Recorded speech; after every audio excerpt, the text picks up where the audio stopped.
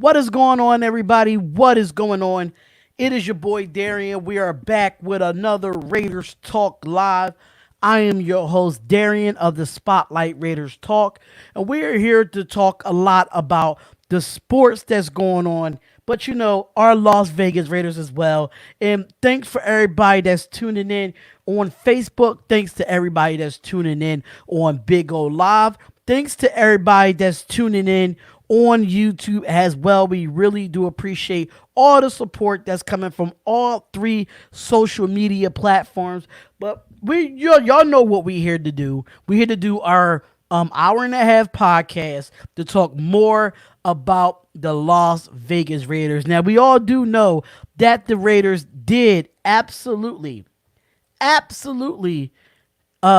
their record, I mean, not their record, but their schedule released yesterday. Mostly all 32 NFL teams' schedules was released as well.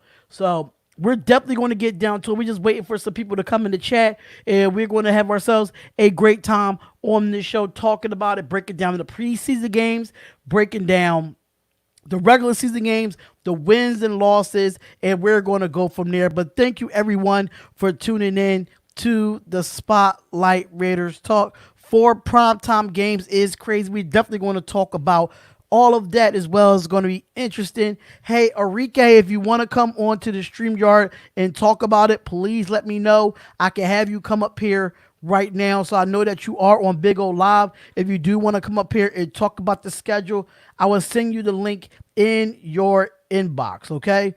So William Jean Burnett Jr., Raiders coming to Georgia November 29th. I'm in Augusta. I will be there. That'll be dope. I'm waiting for them to come to Philly. It's been a while since the Raiders has been in Philadelphia as far as playing the Philadelphia Eagles, and it sucks, but I have to travel to New York and be a part of that that terrible Jets fans. I'm sorry. Just terrible Jets fans. But it's all good, though. I'll be there for the Jets game. I'm going to try to get out to some more Raiders games as well. So, yeah, how do y'all feel about the schedule, y'all? Raider Nation, how do y'all feel about the schedule? Please let me know, because I would like to know what's going on with the schedule. And we're going to talk about it. Once we definitely see if Enrique wants to get on here. I could change the format, and we could definitely talk about it and talk about the Raiders preseason and the Raiders regular season. So that's definitely going to be something that we're going to look at. I am going to have the schedule up so you won't see my face as much. Hopefully, if Enrique comes in here, my other colleague of the Spotlight Sports Network, he is a Raiders fan as well. So we're definitely going to have ourselves a great time here. But let's see. Let's see if he pops up. If not, but we're going to talk about some other stuff as well. And some Raiders news. But we all know that former Raiders quarterback Mike Glennon did lands with the Jacksonville Jaguars. He will be backing up Gardner Minshew over there. And just to say that Mike Glennon was an okay backup for us. He wasn't our best backup, knowing that Mariota is probably one of the best backups since Derek Carr been here. So Mike Glennon just keeps finding work. He just keeps finding the man who lost his primary backup job to DeShone Kizer, and who just released by the Raiders, agreed to terms with Jacksonville Jaguars, according to Mike Garafolo. Yep, he is still a backup as well. But Mike Glennon is a third-round pick by the Buccaneers in 2013 as a rookie, and the Bucs thought they had something in Mike Glennon, but so much when Mike Glennon was sacked 40 times in 13 games, they blamed it on the left tackle Donald Penn, which is cut the former Pro Bowler. More to that in a minute, though. But Mike Glennon did play 3 seasons in Tampa. He is now on his 5th team in 5 years.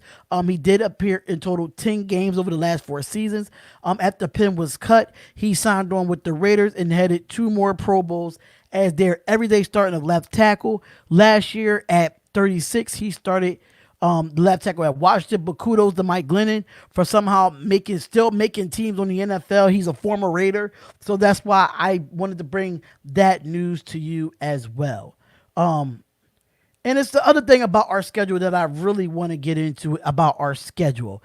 The Raiders would not actually be traveling. Not we won't lead the NFL in travel miles for the first time in a while. And I have to say that it's funny that not traveling halfway across the world, to play home of a football game will do for you in travel miles. But for the first time in 4 years, the Raiders will actually not lead the league in miles traveled this season. Now, moving to a more central location in Las Vegas helps a bit well. And this season, we have the seventh most travel miles, according to Brian Burke of ESPN.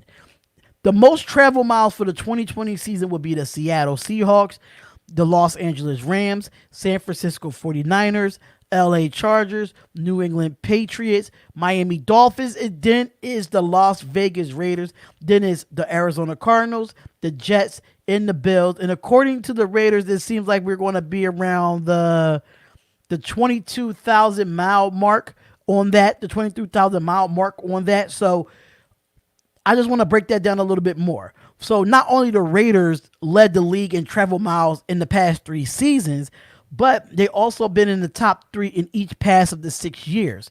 Now, only one of those 6 years, they did not play in an international game. And that was in 2015 when, they had the third most miles traveled going into the NFL regular season. Most of the Raiders' miles this season will be facing the AFC East and the NFC South. And as to them trips will be New York, New England, Atlanta, Cleveland, and Kansas City as well. So absolutely, I would love to see, knowing that we only have the seventh, most miles, which is like 22,000 miles that the Raiders actually have to go up with. I think we have a real shot at the playoffs. Yes, Raider Joker, I really think we do have a good shot at the playoffs. Absolutely, we're definitely going to get into the schedule as well, but I definitely want to get into some other topics and some other news before we actually go into the schedule, because I'm going to give you my predictions as well. So for the Raiders fans that's actually watching on YouTube and on Facebook and on Big O Live, I have to say this. And I have to ask you this question. Can the Raiders' Henry Ruggs III win Offensive Rookie of the Year award? And do y'all think he can make it? Because I feel it's this. Can you name a last time a Raider won Offensive Rookie of the Year? The award, because Josh Jacobs got robbed last year, so that was another story for another time. Thank you, King Kavar. Thank you, King Kavar. I really do appreciate you coming in and giving me gifts on Big O Live. But you really can't name one. You really can't name the last one that actually won an Offensive Rookie of the Year. That would be Marcus Allen back in 1982 when he scored 14 touchdowns in 9 games. Now, Josh Jacobs came in second place in 2019, getting 13 of the 50 votes, but Kyler Murray earned 26.5 of those votes, which I think Kyler Murray was not a better offensive rookie than Josh Jacobs, but that's another story for another time. So what are the chances that the Raiders could actually have a player win the award in 2020? It's not really as bad. It's not really as bad as well. It's not as bad as you think either, but currently, Henry Ruggs' odds to win the Offensive Rookie of the Year sit at plus 1,800, which is the ninth best odds according to BetMGM. Despite being the first receiver drafted, both CeeDee Lamb, which is 1,400 plus, and Jerry Jeudy, which is plus 1,400, had the better odds than the former Alabama speedster. Now, in a recent article of the Pro Football Focus, they named Ruggs the 5th most likely player to win the award in 2020, and take a look at reason why they think that he thinks the number 12 pick has a shot winning it. And this is according to Pro Football Focus, and they said that his ability to make plays in traffic and to make and produce yards after the catch, Ruggs is going to fit like a glove on his team on the West Coast offense. Almost half of Derek Carr's passes last season was horizontal and led passes. Now he throws that lead receivers across the field, a staple of a West Coast offense, and Ruggs did his best work on such plays at Alabama. On his horizontal lead targets, Ruggs burnt off a 20-yard gain, which is 34.5% of the opportunities. He also averaged an FBS best of 12.1 yards per catch, per perception, and generated a nearly perfect 154.1 passer rating when his target. I could definitely see this. I could definitely see Henry Ruggs doing this. So before I do anything, let me just change this real quick. Enrique, you probably have to move back a little bit, bro. Yeah. For some reason, I don't know why I'm so close up, but I'm gonna move back a little bit, just like right here. But ladies and gentlemen, we do have another Raiders content creator on here, and that is Enrique Rodriguez of the Spotlight Sports Network. Raiders! Let me turn my thing up real quick. Can you say that again, man? Raiders! What's going on, man? Going good, man. How's it going in the chat? The chat should be going fine. For some reason, I don't know why I'm so close, but I'm just trying to, back this up a little bit. But yeah, that's absolutely fine. If I'm close, then I'm just close. That's just with it. But we're going to definitely talk about the schedule now. But I do want to finish reading off what they said about Henry Ruggs might be winning. It's a possibility that he might win Offensive Rookie of the Year. The one thing against Ruggs that the receivers don't win the Rookie of the Year is often. Since 2004, only 2 receivers have taken home the honors, which is Percy Harvin in 2019 and Odell Beckham Jr. in 2014. Now, for Ruggs to win his award, he would likely to have to eclipse 1,000 yards and 10 total touchdowns to be even considered, as the quarterbacks and the running backs almost always win it second to none. That's just a fact there. That is just a fact. And it's very likely that Ruggs' impact for the Raiders will go far beyond the box score, as he helps and opens up, the rest of the offense. Unfortunately, it isn't something voters are caring about. According to what I'm reading here, they're saying that it's unlikely that he will win the award, but if Ruggs can hit the Big 12 plays down the field over the course of the season, you just never know. Do you think that Henry Ruggs can win Offensive Rookie of the Year? That is my question. Well, it depends on how many catches Henry Ruggs is going to get. Like, don't forget, Henry Ruggs is not the only receiver that we drafted. Like, we got Lynn Bowden and Brian Edwards. So depending on who Derek Carr throws to, we just got to see what happens. Well, Lynn Bowden is going to be considered as a running back and not really a wide receiver. So when it comes to that, that's a different story there. But I say if Henry Ruggs is on the opposite side of Tyrell Williams and Hunter Renfrow, then it's a possibility. But he's going to have to score about 10 touchdowns. He's going to have to score about 10 touchdowns. Absolutely. Yep. You're right. Yes, he definitely needs to blow up the stats. Henry Ruggs is going to set the league on fire. So before we get into anything, I know we're not going to be on the screen, but let's get into the NFL 2020 regular season. But we're going to start off with the preseason. The preseason of this. Now, week 1, we're going to start with the Seattle Seahawks, which we'll play them August 13th through the 17th, and that is to be determined. Enrique, how do you feel about this preseason game with the Seattle Seahawks? You think it will help us out going into the regular season? We have to make a statement in this game. We have to make a statement, like show that Henry Ruggs, Lynn Bowden, Damon Arnett, Brian Edwards, that they can all play in the NFL. So this is a game where these young guys have a chance to show that they belong in the NFL. Absolutely. I definitely do agree with these preseason games. I think these preseason games is definitely going to help out our rookies, going up against some good elite defenses here. So when it comes to this actual week 1 matchup of the preseason, I know preseason probably doesn't count as of right now, but I can say who you got, who as far as the Raiders, all 4 of these games. knowing that three of these teams got an okay defense. We don't know what the Cardinals is going to do. So, out of these 4 games, what would be the Raiders' record in the preseason? Okay, I'm going to be unbiased here. I find us go 2-2 in preseason.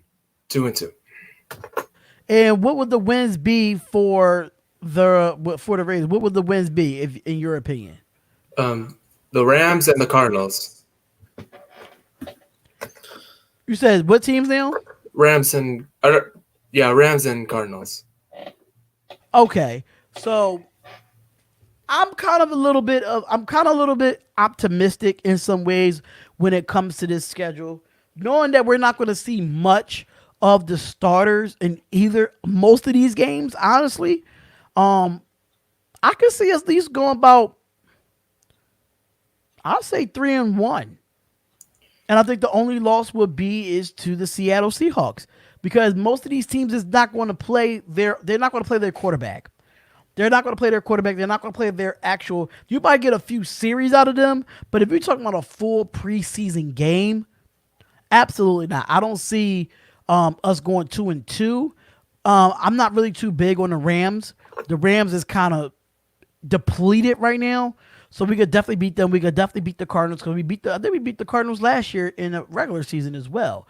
So yeah, I think we could beat the Seahawks. I think we could beat the 49ers. I think we could beat the Rams. No, not the Rams. I think we could beat San Francisco. I think we beat the Cardinals and the Rams, and we lose to Seattle. That's just my personal opinion. So that's it for the preseason, y'all. That's it for the preseason. But let's get down to the nitty gritty. Let's talk about the regular season. God damn it, the regular season. Let's talk about it. Like I did a little bit of prediction yesterday while I did live for the watch party of the release. But you tell me, game by game, who's going to win, who's going to lose, and what's going to be our record, Enrique. I'd like for you to take the floor on this one. Okay, so Carolina. This is basically a warm-up game. So we're going to beat Carolina. New Orleans. This is going to be a tough game, but I believe on our first game in Vegas, we're going to beat the New Orleans Saints. All y'all can hate me all you want, but I believe we can beat the Saints in our first game at home. The Patriots. No Tom Brady, no W for the Patriots. Plus, the Patriots, they want to tank. So we're going to beat the Patriots. The Bills. I see us losing to the Bills, to be honest.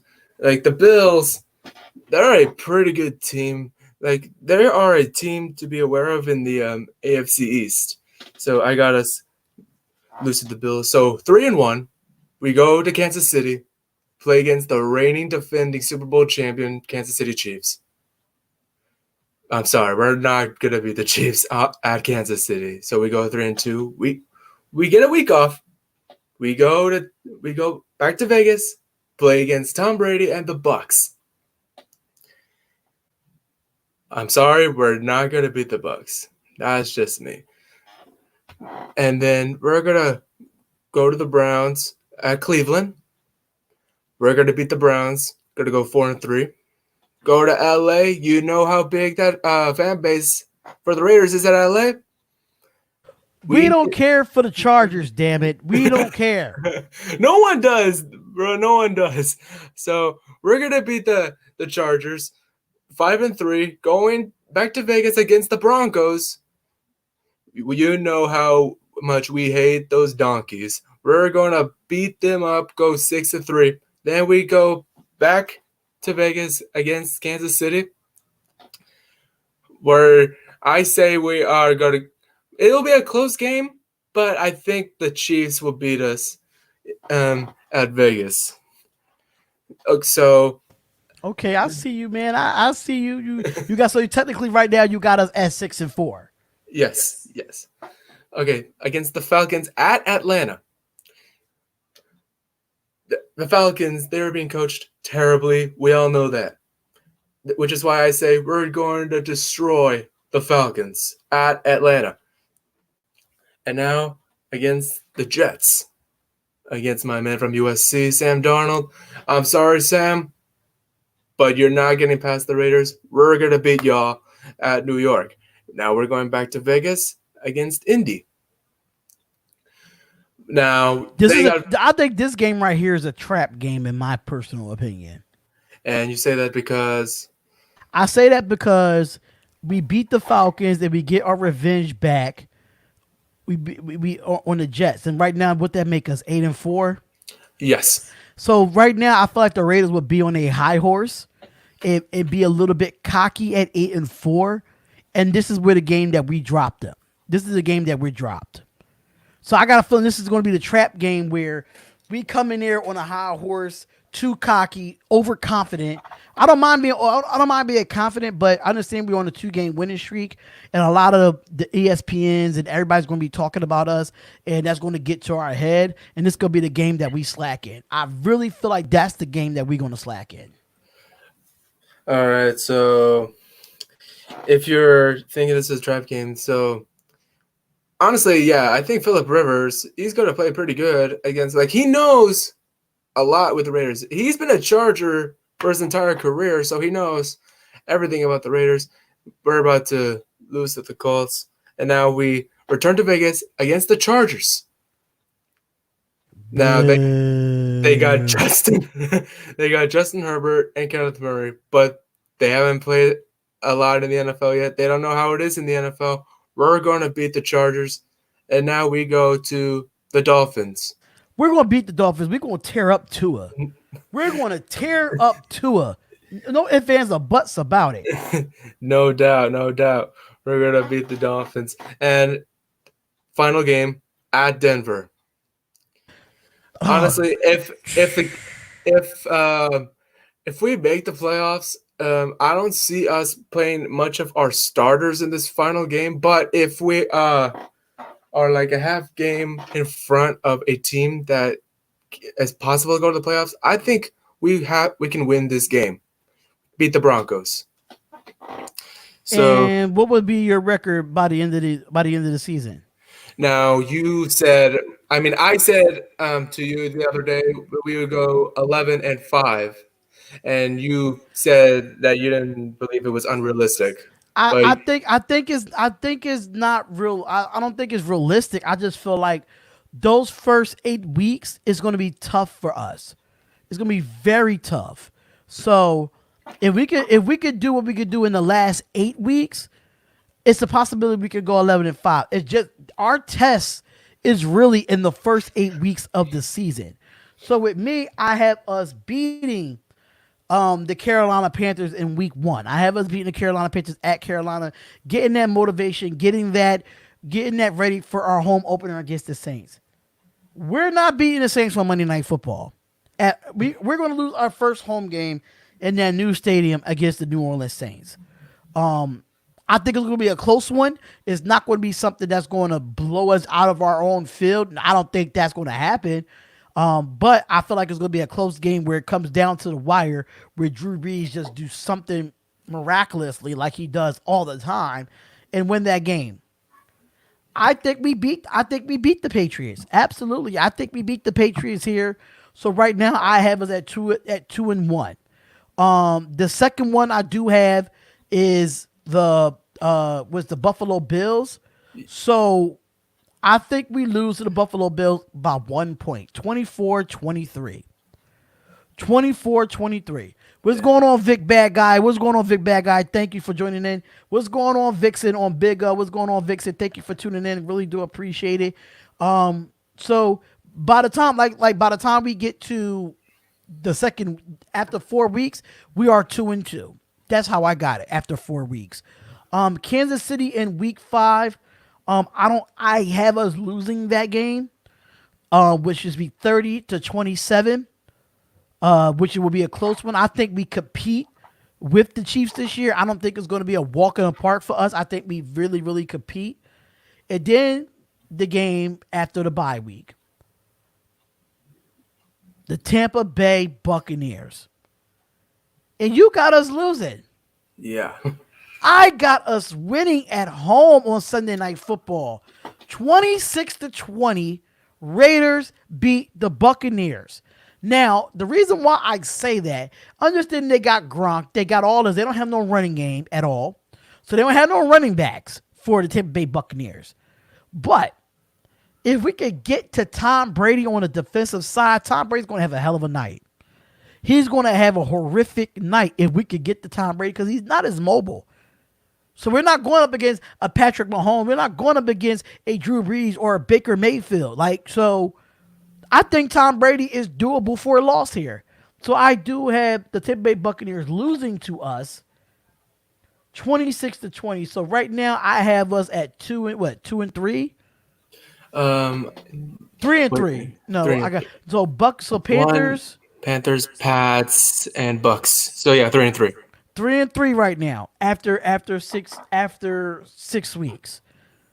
Yeah. We beat the Cleveland Browns. And I don't know why we got to play them again after we played them last year. I don't know why we got to play them again. But we played the Cleveland Browns. We beat them 20-17 on their home turf. And then we go to the Chargers. You know how big the Raider fan base is in LA, bro. Man, the Raider fan base, they just don't know what's going to happen. We're going to take over. We're going to take over that brand new stadium that they sharing with the LA Rams, and it's going to be nothing but silver and black in here. Yeah. That's exactly what it is. What's up, Raider Nation fan? What's going on, Jesse? What's going on? I'm Nathaniel saying, remember a few years ago we went to New Orleans and won the game? If we could pull off the Saints on Monday Night Football in the second week, I'll be ecstatic. But right now, just the way things are, we don't know how things going to be. Right now, I do have the Raiders losing to the Saints, but I got us beating the Chargers too, 23-21.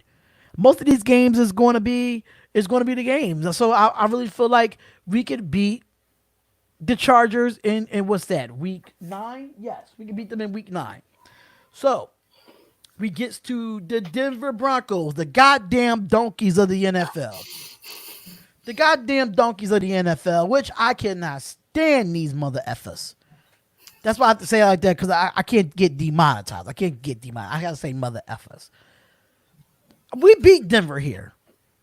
We beat Denver in Oakland last year. We beat Denver here 27-14. I don't care for Drew Lock. I don't care if he got weapons, but I don't care for Drew Lock. I just really don't. So we beat them at home last year, but mind you, last year was last year. So I'm going off of the strength of schedule this year, and right now we're beating Denver 27-14. And here we go. We go on a 3-game winning streak. 3-game winning streak. And we go against the Kansas City Chiefs on Sunday Night Football. We lose this game in a close one. Not really a close one, but I have it like 28-17. Just because we got on a 3-game winning streak, I just don't know what's going to happen here.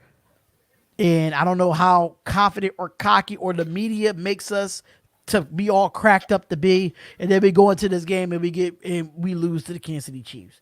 So 28-17 KC over us in week 11. And then we have back-to-back wins right here. Back-to-back wins. We have the Atlanta Falcons winning 17-14 over them. If we can sustain Todd Gurley, which he's the running back over there now, and now they have Julio Jones. I mean, I think we could beat Atlanta. I'm not really a big fan of Matt Ryan at all.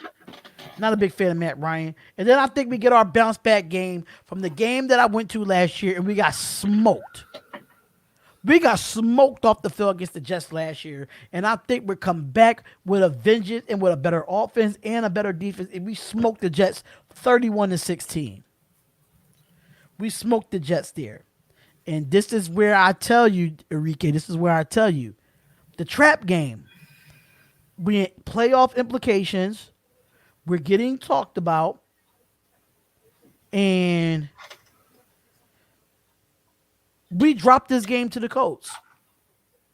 To 23-21. Because the media is going to kill us. I mean, the media's not going to kill us, but they're going to talk about us, give us that high hope, and then boom, we lose the game. The Chargers in week 15. I think we split the series with them. I don't think we sweep the Chargers. I think we sweep Denver, but I don't think we sweep the Chargers. And the only reason why I say that because it might be Justin Herbert time, and we haven't seen him all year, and this is where he comes in. And we don't know too much about Justin Herbert because he never took a snap in the NFL that whole year until this time, until week 15. I think we dropped the ball here. I think we dropped the ball, and I'm gonna say 24-20 in a close game against the Chargers. Then we're home against the Dolphins. We're smoking the Dolphins here. We're smoking the Dolphins here 28-14. We're smoking the Dolphins. And then the last but not least, we smoke the Donkeys again. We smoke the Donkeys again, and we only allow 14 points again. 34-14. We beat the Denver Broncos and be 10-6 and go to the playoffs. I'm not mad at 11-5. I would love to see 11-5. Don't get me wrong. I would love to see it. But realistically, I see more of a 10-6 than anything. Just because of that Colts game. Okay. Yeah, that Colts game. You got us beating the Colts and I got us losing to the Colts, so that's why it makes sure it's 11-5. No. I had us beating the Saints, not the Colts. Oh yeah, beating the Saints, and I have us losing to the Saints because the Saints offense, I don't just know what our defense is going to be like, and it's going to take a lot of pressure too. You got to think about it. It's our first home game in our new stadium. We got to get used to that stadium too. We don't know. We haven't stepped foot in that stadium yet to see how it feels or how anything. So that's why I say we lose to the Saints because we don't know too much about our field. We don't know too much about our stadium. All right. But as far as this schedule, y'all, I really feel like this schedule is it's a winnable schedule. It's a winnable schedule. And just to let you know, we're not traveling as much as we were in the last 4 years. And I just did a segment on that where we're the 7th team in the NFL that travels the most. The seventh team that travels the most. So it'll be the Seahawks traveling more. Let me pull the list up again. I got the list. So wait, last season, what place were we that traveled the most? I'm gonna go to it now. I'm about to see if they have it up there. Let's see. Let's see if they have the one from last year. Cause I think it was like top 3 last year. They don't have it for last year, but this year, the 6 teams that's in front of us that travels the most, well, the most travel miles in the NFL is going to be the Seahawks, the Rams, the 49ers, the Chargers, the Patriots, the Dolphins, then is us. Okay. And then they had the Cardinals, Jets, and then Bills. Okay. So, okay. I don't know if I'm gonna put us back up here. Let's get this back up here since we already did the schedule and the preseason as well. So we're back up here. I know, why is it so damn close? I don't understand. It's my overlay, y'all. It's my overlay. So don't judge me for some reason. I don't know why my overlay have us so close, but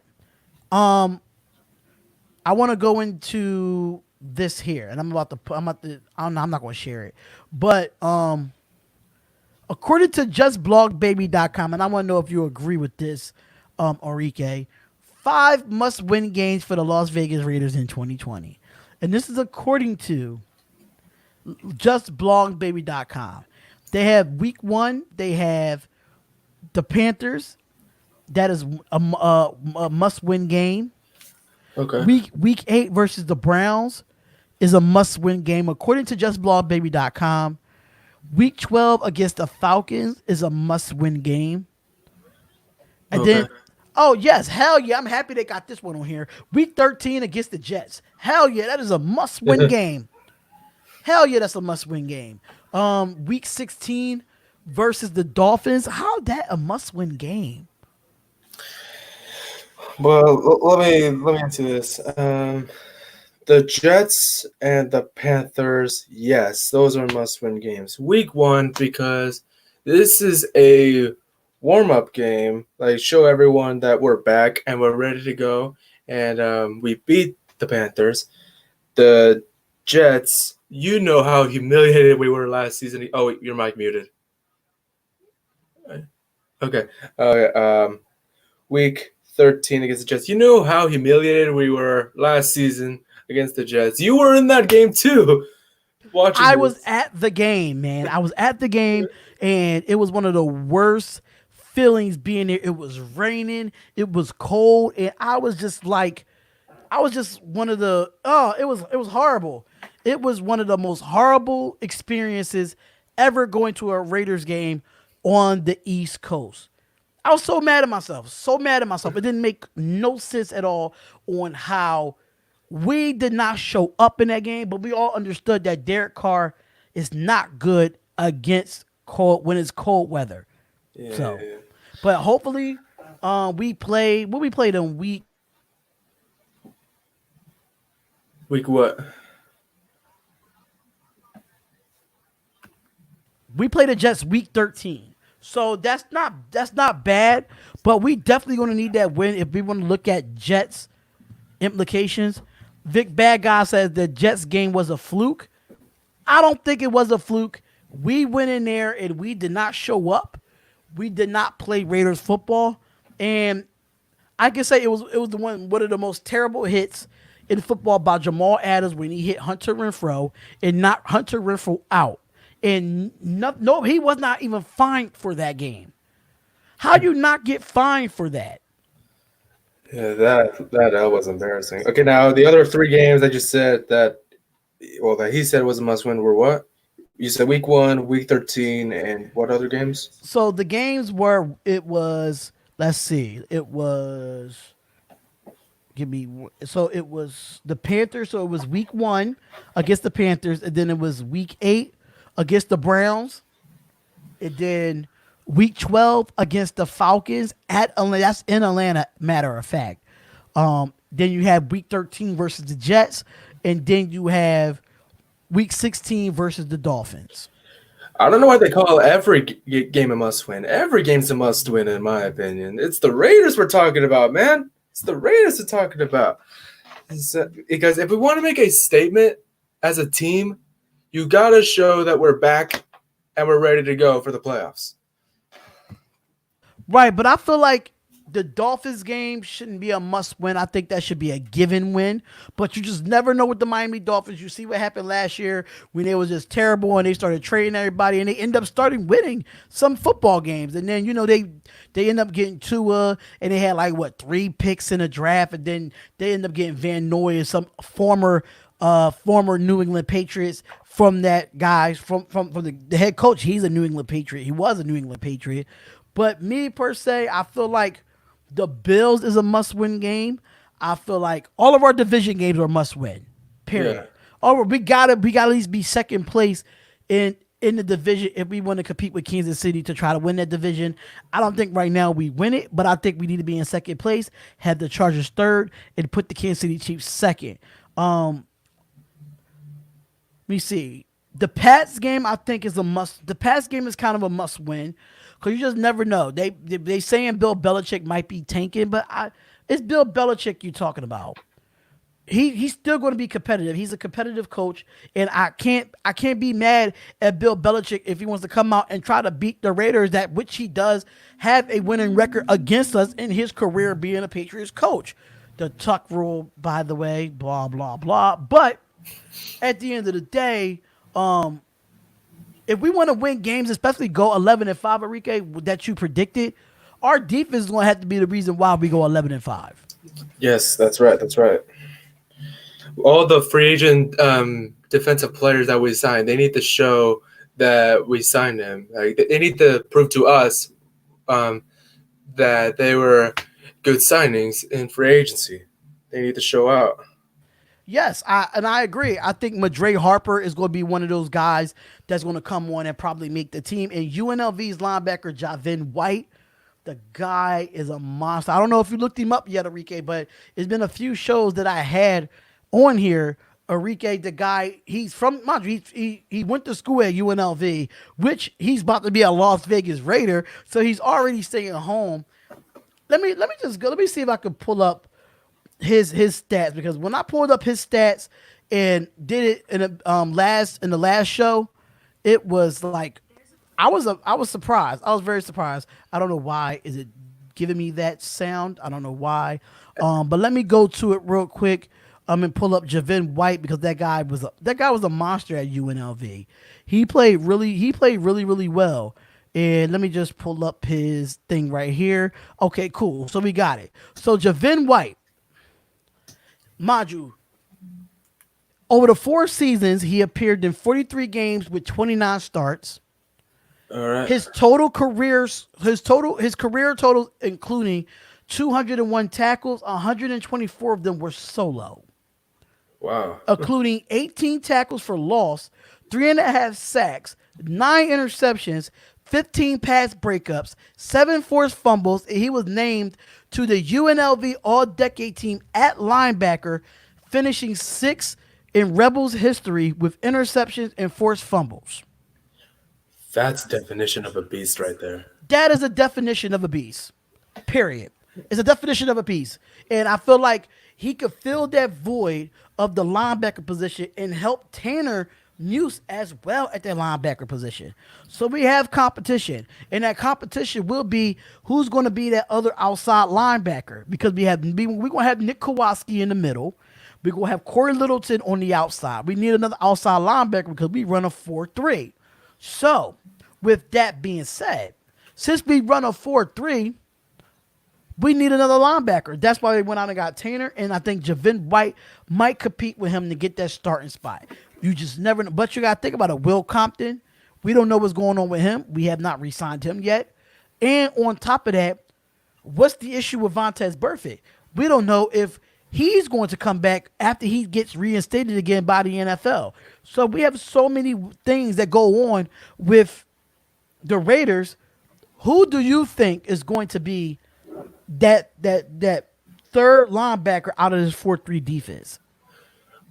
I like Vontaze Burfict, but I don't want him to make I want John Gruden to change the attitude of this man. Like, Vontaze Burfict got suspended for a terrible hit that happened. So yeah, I think we're gonna re-sign Vontaze Burfict, keep him a Raider. That's just me. Okay, so you knowing that, mind you, we already have like 96, 95 players on the roster going into training camp, and then now we have to. I really hope that Vontaze Burfict does come back, but I don't think we're going to re-sign him. I think Will Compton will come in and probably get re-signed on a more easier deal that we can manage. Vontaze is probably going to want some money, knowing Vontaze Burfict. He's probably going to want some money, but not much money. But I can say with Will Compton, we didn't see a whole full season of Will Compton. We got him, mid-range, almost week 8, week 9. So he was already 8 weeks out of being with us and still had to learn the scheme in 8 weeks, which you're supposed to. But I think Paul Guttner couldn't have found anything. They couldn't find anything to do to put Will Compton at that time, with knowing that we had Tahir Whitehead last time. So my next question is to you this. If Paul Guttner's defense for the Raiders does not show up in the first 8 weeks of this year, do the Raiders fire him and promote Rob Melinari as their defensive coordinator? Well, like I said before, the defense has to be the definition why we're going to have a winning record. So if we don't play good defense, then the answer is get this man out of here.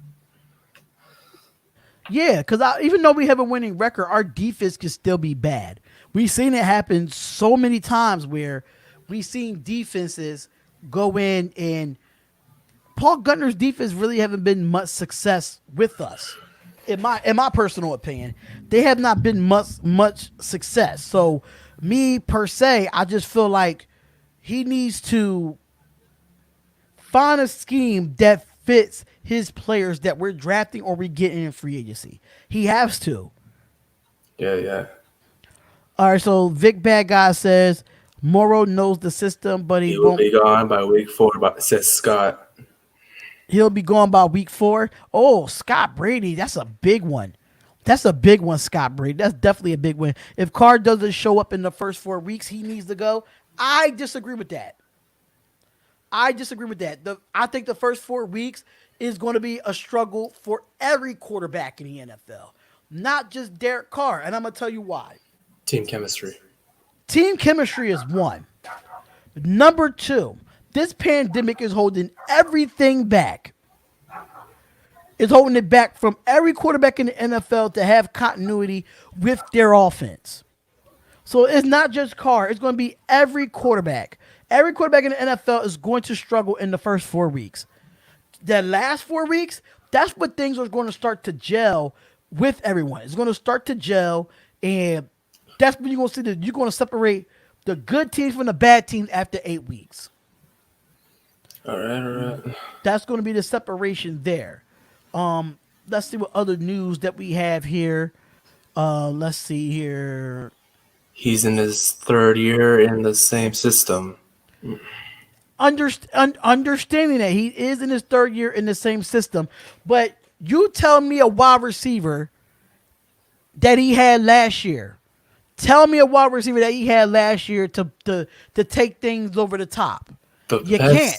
Receiver that he had was it was Hunter Renfrow.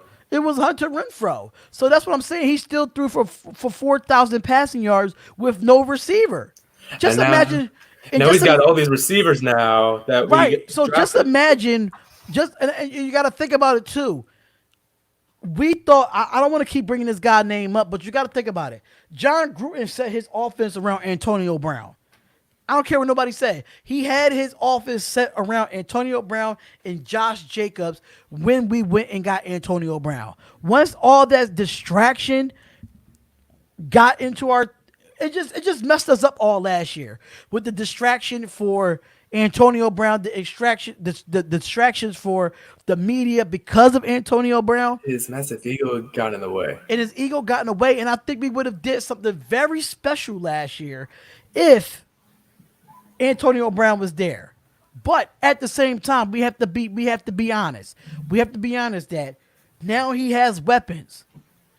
He has weapons in any kind of way. So John Gruden, I understand that you're old-fashioned and you love to run the football in time of possession. I get that 100%. Josh Jacobs is a top back in this league. And he's going to continue to be a top back in this league. But you're going to have to open up the playbook for Derek Carr to throw the deep ball.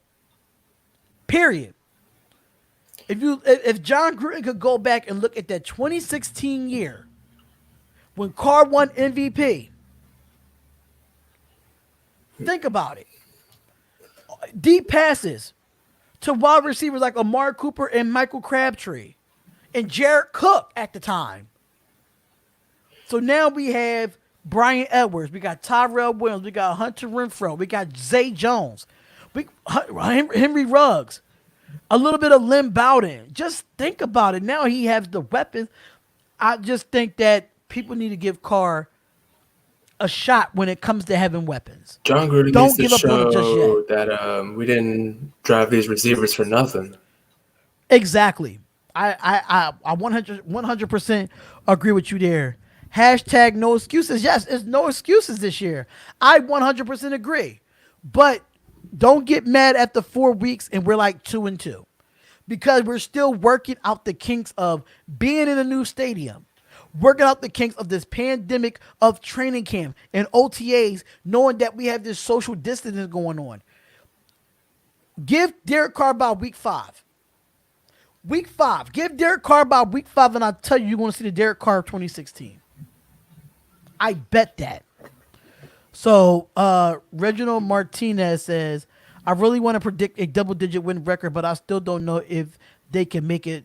The first five games look rough. Okay, so let's dissect the first 5 games then. Let's dissect the first 5 games then. So the first 5 games is Panthers, Saints, Patriots, Bills, and Chiefs. So he has us losing the Panthers and the Patriots. That's what Okay. he said. He has us losing to the Panthers and the Patriots. No. Like when he said first 5 games, he said we're losing to the Panthers, the Saints, the Patriots, Bills, and Chiefs. No, But he said the five. He said the first 5 games look rough. yeah. Huh. So me per se, I'd say I don't think the Panthers are that tough of a football team. I think they are a good football team. They did upgrade on offense, knowing that the Panthers had Teddy Bridgewater as a starting quarterback. Matt Rule's coming up from college, where he's very successful at. They end up signing Robbie Anderson. They got Derek Brown in the draft. I'm not too shabby about this. I think that we could beat the Panthers. I think we could beat the Panthers. It won't be a walk in the park, but I think we could beat the Panthers. How you feel about that, Enrique? We're gonna beat the Panthers, no doubt. But you're right. It's not gonna be like a blowout. It'll be a pretty close game at Carolina. Chuck Thomas, I disagree with you there. We will not be 6-10 or not no 8-8. Absolutely not. This is a winnable schedule, a very winnable schedule. I don't know where you see that, Chuck Thomas. I just don't see where you see that at. Now with the Saints, I can see us losing that game. Patriots, we can win that game. Bills, we're going to lose that game. KC, do I have us winning that? No, You I have have us us. losing. I have us losing that game. So so technically we'll be 2-3 by week 5, and after week 5, I feel like things are going to change. The Pats still have a good defense, but we have so many offensive weapons. You can't cover everybody. Especially if John Gruden opened up his playbook instead of having 2 and 3 wide receiver sets. What you should do is open up the playbook to a 4 wide receiver set with. Oh darn! What the heck happened? Oops. Oh, that's why it looks like that. There we go. Got it. Got it now. Got it now. So with our I could probably move this up now then since all right, cool. So that's why it looked the way it looked. But I feel like when it comes to that, they do have a good defense. If John Gruden could give us a 4 or 5 wide receiver set or 4 wide receiver set and spread the defense, they can't cover everybody. They can't cover everybody. And the Bills have a good defense too, but I feel like we have a great offensive line. People are sleeping on our offensive line. If our offensive line is healthy, it's the best in football.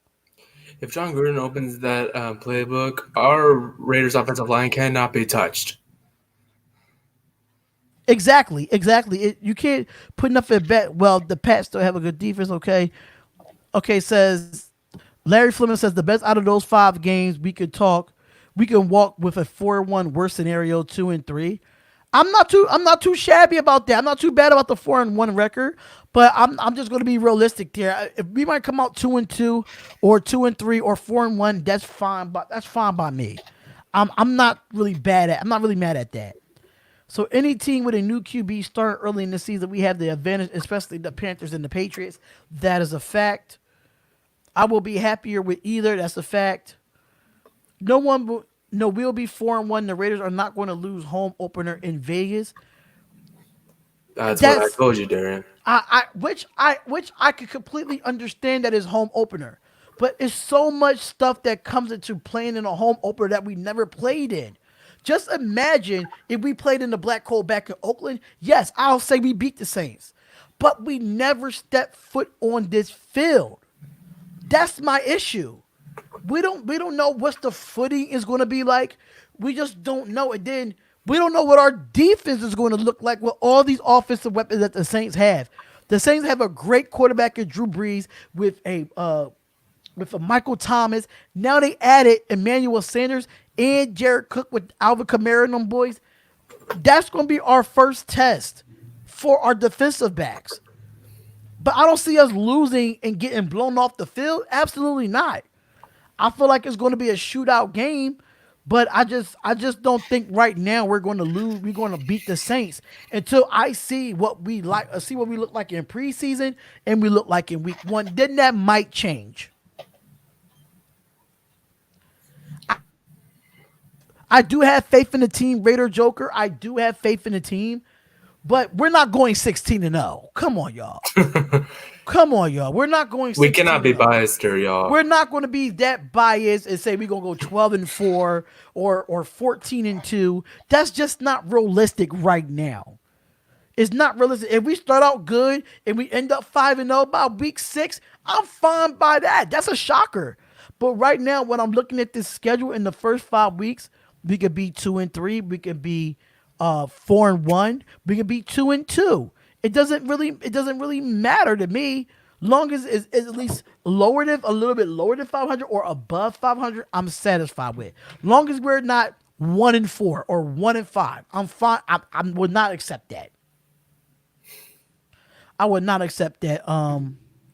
Potentially, I believe 13-3 is achievable.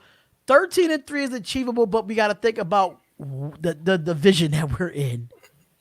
We're in a tough division, y'all. Like, look what we have. We got the reigning defending champs, the Chargers, and the Donkeys. Right. So we got a real tough division. So 13-3, if we can really go 13-3 in with this division, and just imagine if the Chiefs go 14-2 and we go 13-3, that will be ridiculous. That would be ridiculous. So Robert says, I see Gruden running 3 wide receiver sets with Rugg, Williams, and Renfro, Waller at tight end, and JJ in the backfield. I can see I. that. I can see that. I can see that. What about Brian Edwards and Lynn Bowden, though? It's gonna be different sets. I think he's gonna put them in sub packages. He's gonna put them in packages where instead of a 3 wide receiver set, you have a 4 wide receiver set, and that 4 wide receiver set might be with Brian Edwards, or that 4 wide receiver set might be with Lynn Bowden, or you take out Tyrell Williams and put Brian Edwards in there as substitution. So it's ways as a coach that it's the possibility that Brian Edwards is definitely going to be a factor. Who are you most excited to see? I'm really looking forward to seeing Jonathan Abram when he's comfortable with our system. He's coming back. Yes, he's coming back. So the most excited person that I'm looking to see, and I'm gonna tell y'all because y'all should already know this by now. I'm excited to see Lynn Bowden. I am excited to see Lynn Bowden. I'm going to advocate for this man until he hits that field. I'm looking forward to seeing Lynn Bowden. But if you want to talk about a veteran coming back, I want to see what Josh Jacobs does in his second year. That's the guy I'm most excited to see. I want to see if he has that. Everybody think that he might have that sophomore slump. I don't think so. But I really feel like if he's fully healthy, I think he can be better than what he was in his rookie season. So Josh Jacobs for me on the offense, Lynn Bowden, and on defense, if I'm looking for, I have to say Jonathan Abram too. But I'm going with Amik Robertson. That's who I'm really looking forward to see. Amik Robinson. But what about you, Enrique? Now let me get to you. Amik Robertson, remember, he had surgery in his groin, and I made a video on it saying that this could affect his playing style coming back to the field. But who I'm the defensive player I'm most excited to see as a Raider, Corey Littleton. I like that man. So it's Josh Jacobs and Corey Littleton. Yes. Nick Kowalski is one that we have to look out for too. Yeah. Because he's coming over as well. All right, so let's go back up in these comments. I think Cleveland Browns could play better. So let me see. So what if the defense don't have an answer for Ruggs? Keep giving that man the ball. That's it. Like, why do you think Patrick Mahomes keep throwing the ball to Tyreek Hill? Give that man the ball. Period. You keep giving it to him. Henry Ruggs is another Tyreek Hill. He's a fast receiver. Right. The idea to split our division and smash everyone else. I wouldn't mind if we split the division. But I think we're going to sweep Denver. I think we're going to sweep Denver. I don't care what nobody say. I'm going to say that to the day I die.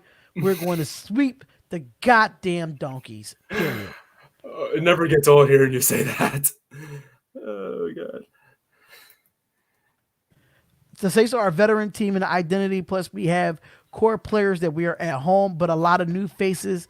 Advantage Saints. Yeah, so it's a lot of new faces for our team, and it's tough. It's gonna be a tough game in our home on Monday Night Football.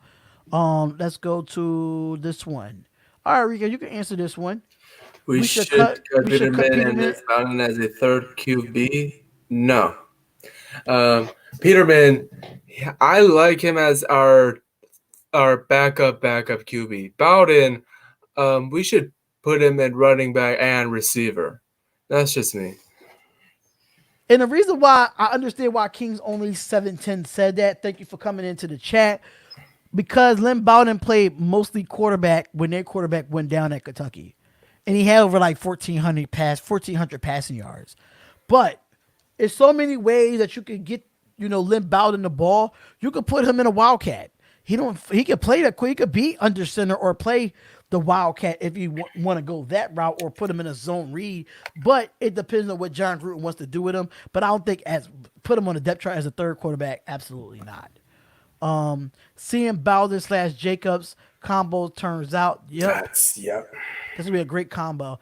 I think we'll go 1-1 with the Chiefs. I think I want to split with the Chiefs, but there's just something about them. I mean, Patrick let's face it, Mahomes. it's the rating defending Super Bowl champs. Right. So I definitely can agree there.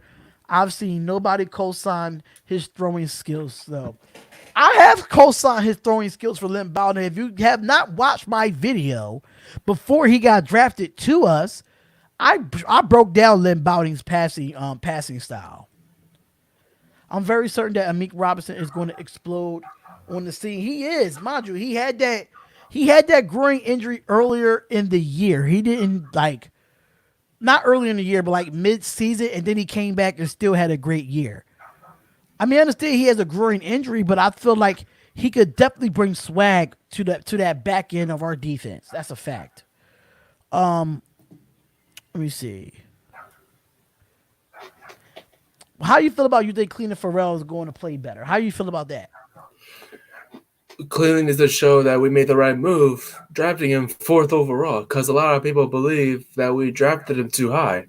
Like passing on players like Josh Allen or Ed Oliver, Cleveland Farrell needs to show up and show out and show off to everyone that Cleveland Farrell is our next all-star defensive end. That's a fact. I feel like he's going to have a decent year this year.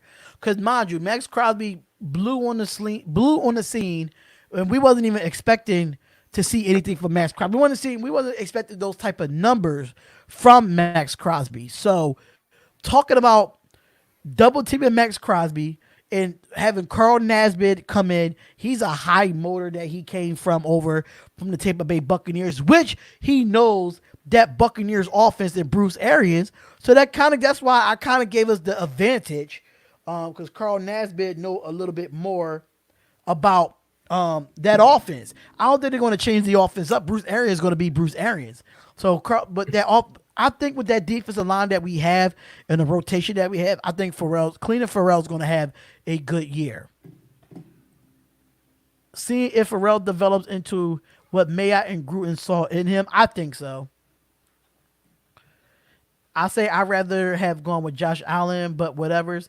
I mean, yeah, we would have gone with Josh Allen. I wouldn't be mad at that either. Now, remember last year you were excited about us drafting Cleveland Farrell 4th overall. Yeah, I was not mad at the pick. I was not mad at the pick, but if we would have got Josh Allen, I wouldn't have been mad at that pick either. Long as we got somebody on the defensive line, knowing that Khalil Mack was gone, I was fine with it.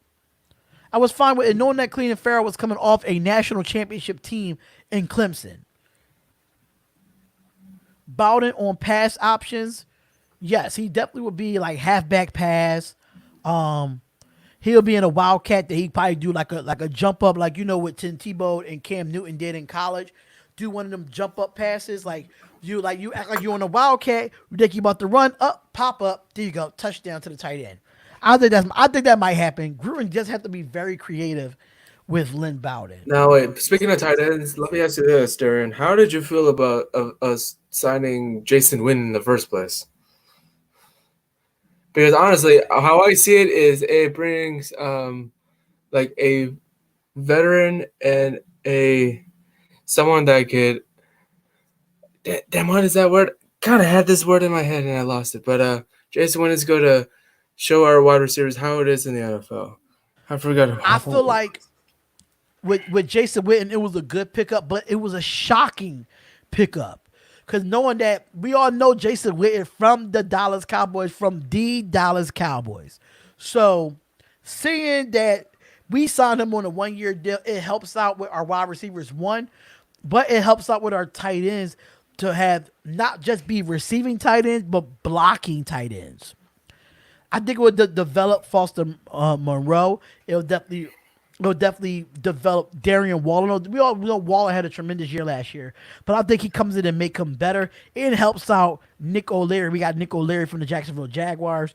So I think he comes in and be more of that leader and guide the younger tight ends to be better. And you just never know. It might be a 2 or 3 tight ends set at the goal line. Three tight ends run a route. Have Jason Witten as one of them. And Jason Wynn, he's going to be unstoppable in the goal line. And remember, that's what we needed last year because all the receivers last season, they want to drop the catches on the red zone, which I'm glad it's going to be over this season. Okay, so the question is, this is for you, Enrique. Do you think Eric Harris will start? He did have some great games. So do you think that Eric Harris is going to start knowing that we got Demarius Randall now, and Jeff Heath from the Cowboys? So how do you feel about that? No, wait. This guy plays what position again? Eric Harris plays safety. Safety. Okay.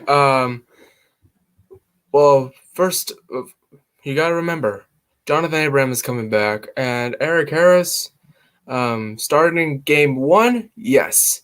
And if Jonathan Abraham is not doing good in his comeback season, then yes, we'll start Eric Harris. All right, so, okay. How many comeback wins do we have this year? I'll say we have at least 3 or 4 comeback wins. And those 4 are? I can't say those 4 are. I don't know who will be the comeback wins. I cannot predict that. I think we do have about 4 comeback wins. Derek Carr do have about 8 or 9 fourth quarter comebacks in his career. So, yeah. So Derek Carr is used to that pressure. Yeah. That's just exactly what I'm thinking. I think Carr can actually get the job done. If you look at that last game against Denver, he borders back in that last game.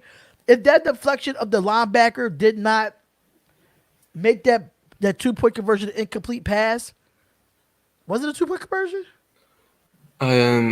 No, that was a field goal, I believe. It was it was it wasn't a field goal. It was us to get a touchdown. It was us to get a touchdown, and they ended up deflecting it.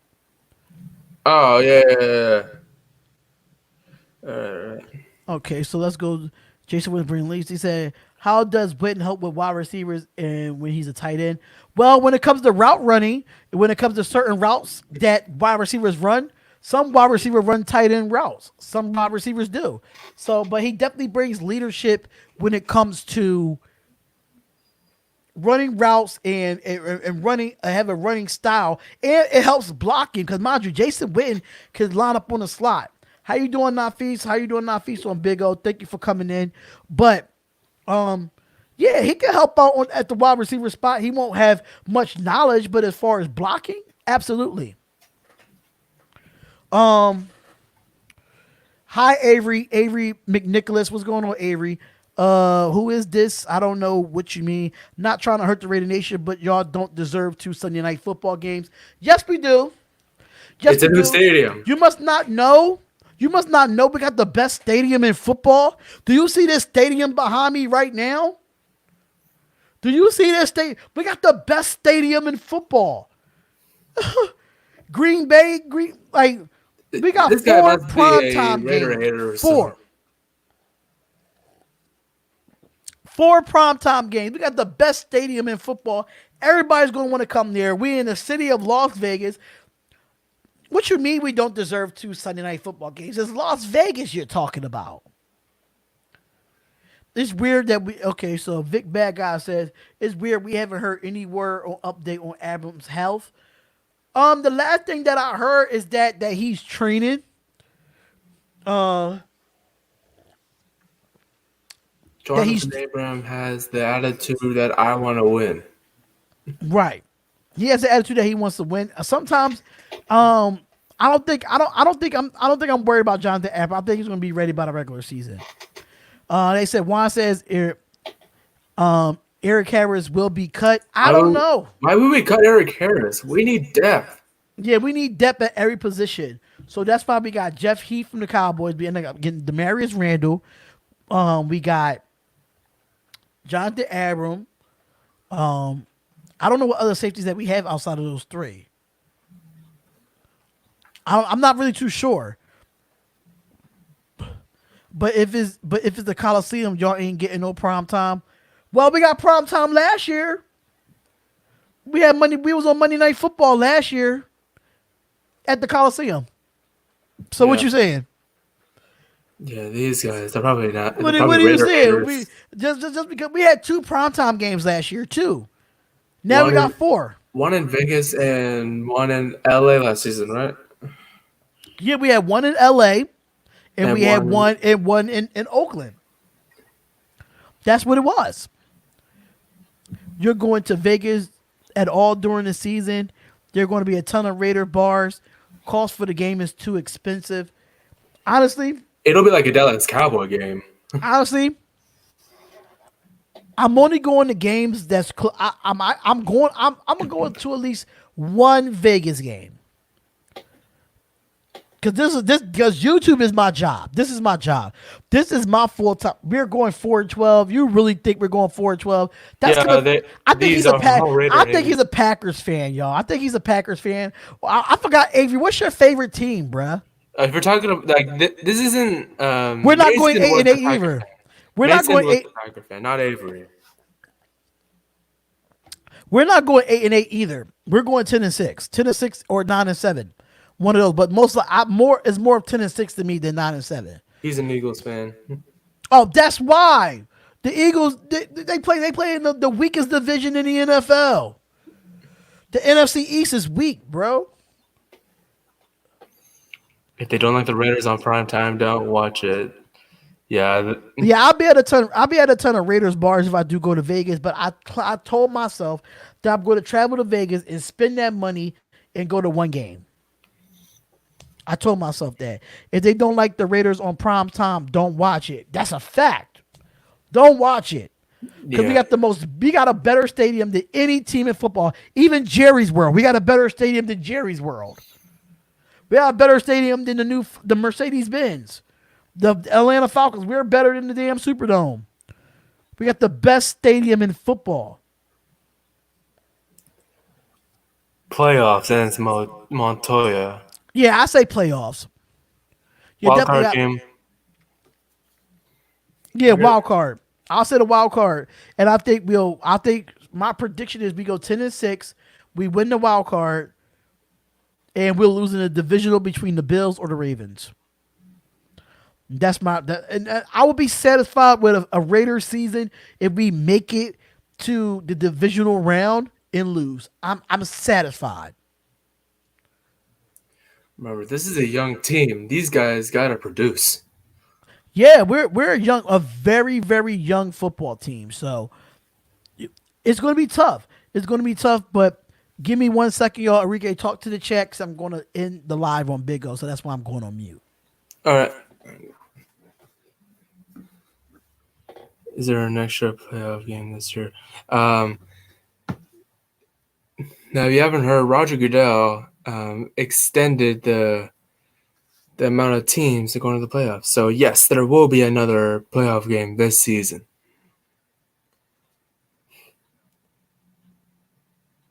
Super Bowl, I wish.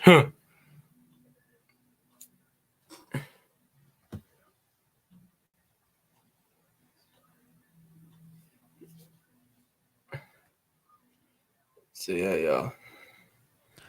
All right, so I'm back real quick. Is there any extra playoff games this year? Yes. They are implementing the extra playoff games this year. That does start. But it's the extension of the regular season. Um,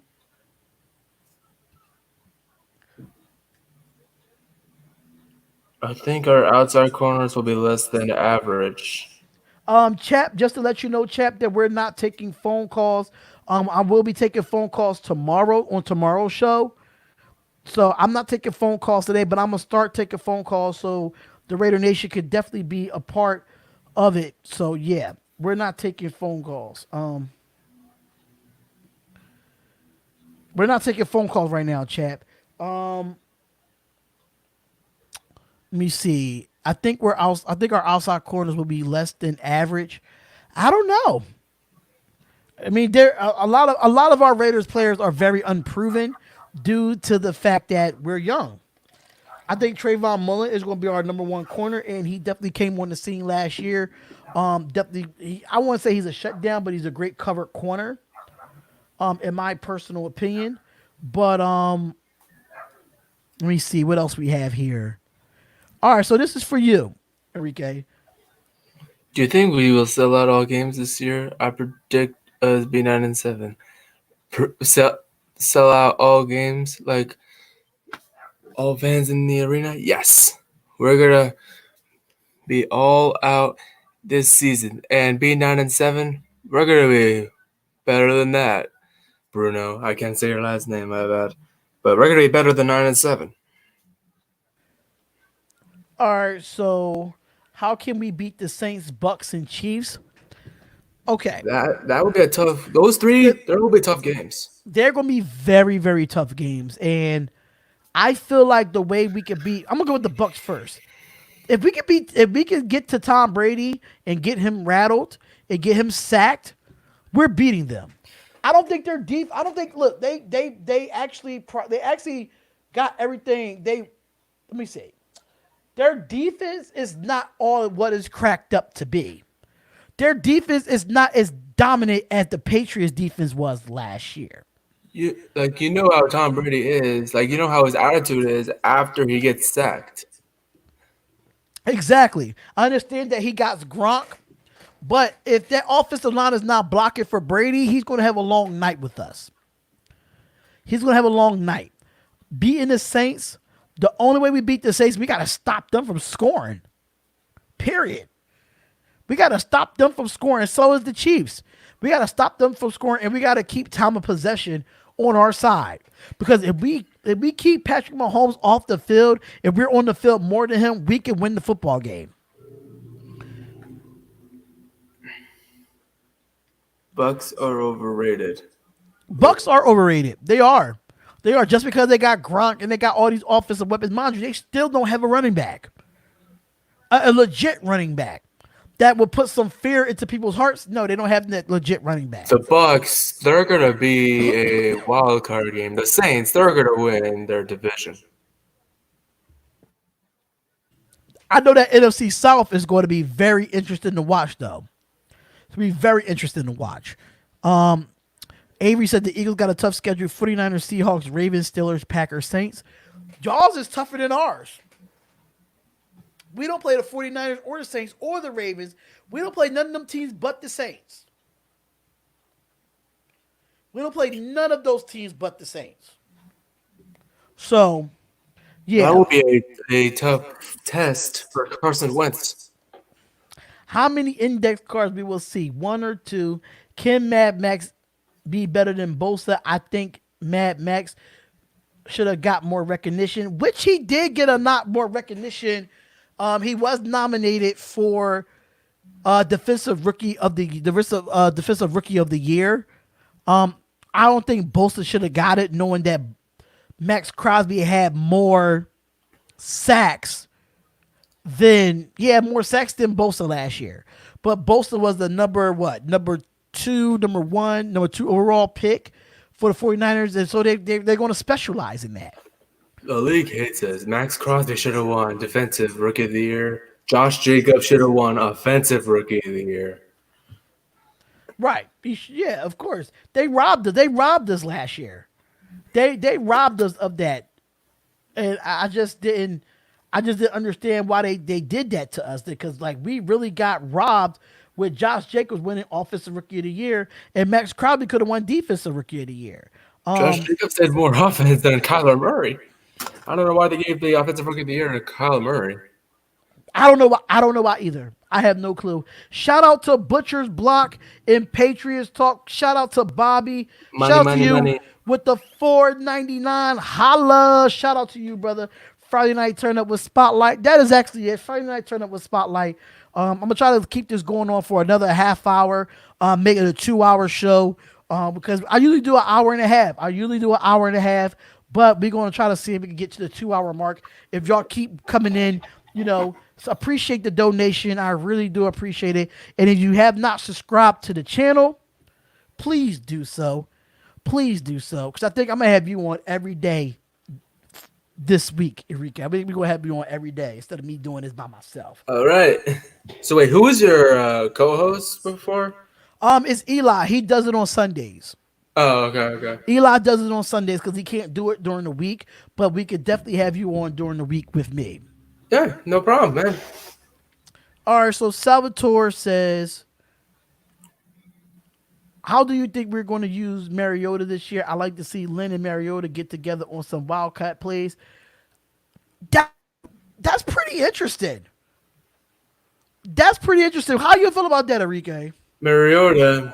Now we all know if Derek Carr's struggling, we have to put in Mariota. But yes, I would love to see how Mariota and Lem Bowner work out pretty well. I would like to see that. That would be very interesting, according to like packages on how to, get them the ball in some ways, because Mariota is a good backup. But I think he's gonna see some action this year. I think so. The Bucks would be the next Browns. Raider Joker says that's correct. What do you think our record will be? We did that earlier in the segment. I said 11-5, and I said 10-6 or 9-7, one or the other.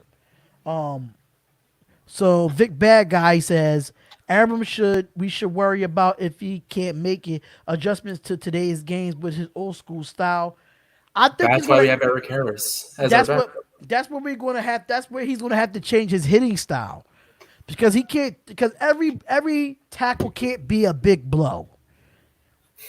And that's the problem with Jonathan Abram. And I seen that coming out of when he was coming out. I think he came out of Mississippi State, if I'm not mistaken. But that's the problem that he had with Mississippi State. The Raiders are not underrated or overrated. We're a balanced team right now. We are a balanced football team right now. Only hype players win those rewards. That's a fact. That is a fact. And Max Crosby outplayed Bosa last year. Let's not forget. Max Crosby played out Bosa last year. Don't make me pull up the stats. He outplayed Bosa last year. Just put up for the haters. Right. Butcher's Block says Mariota offers y'all a solid backup. That is a fact, because every time Carr got hurt or something, Carr had to come out, we didn't have a solidified backup like Connor Cook. Mayock made a smart move signing Mariota. Nathan Peterman, Mike Glennon. We didn't really have no great backup quarterback. Yeah, Peterman, he wasn't that big of a backup quarterback. He'll be a better fit as a backup quarterback. Yeah, backup quarterback. So I think Nate Peterman is going to be the third. He could be the third string quarterback on our roster. Yeah. If we start 1-3, will Guten bench Carr for Mariota? No. I don't think so. Plus, we're not going to start the season 1-3. Yeah, we're not going to start the season 1-3. I don't see us start the season 1-3. I say 2-2 or 2-2, or possibly 3-1. Don't know. You just don't know. But I'm more realistic, so I say 2-2. He says 11-5. That's what So you you said, know what's Enrique. up. Damian Estrada, do y'all see the Raiders signing Clowney, and how do y'all feel about if they did? I would be happy if we signed Javion Clowney to our football team. It just bring more athleticism to our defensive rush. But realistically, he wants his first contract that he said he wanted $21 million guaranteed. He only bumped it down to $17 million. That's still a lot on the table for a guy that don't have a lot of career sacks. This guy only has 32 career sacks since he came into the NFL. Yes, Javion Clowney can stop. He's good stopping the run. He's good deflecting balls. But when it comes to sacks, he don't have double digit sacks to be active for $21 million or $17 million. That's what you pay Aaron Donald and Khalil Mack for. That's what you pay them for. But I won't pay Javion Clowney for that. How would you feel about Javion Clowney, Enrique? I would like that signing, but overpaying him, no, not at all. Like if we're gonna sign Clowney, I would say like around 15 mil guaranteed money. I think we don't have $15 million to even give him the guarantee money. I think it has to be a little bit more lower than that, because Maji, he's coming off of a core muscle surgery. And he's asking for that much. Now, core muscle, that's right in the core. Like, that's where you flip your hips and do all that. So, I mean, he said he'd be ready to go, but I'm not risking $15 million on a guy that just had core surgery. I'm not doing it. If You I never know. feel if I feel we got two dogs in the secondary with Arnett and Abram, they need to be polished, but I feel they're bringing toughness to the defense. What do you think? I'm gonna let you answer this first. We got two dogs in the secondary with Arnett and Abram. They need to be polished, but I feel they bring toughest to the defense. What y'all think? That's true. Damon Arnett, if you do not see his highlights from Ohio State, please go check that out. And Jonathan Abram, you know what he's capable of. And yeah, so Arnett and Abram, that would be a good secondary for us. Well,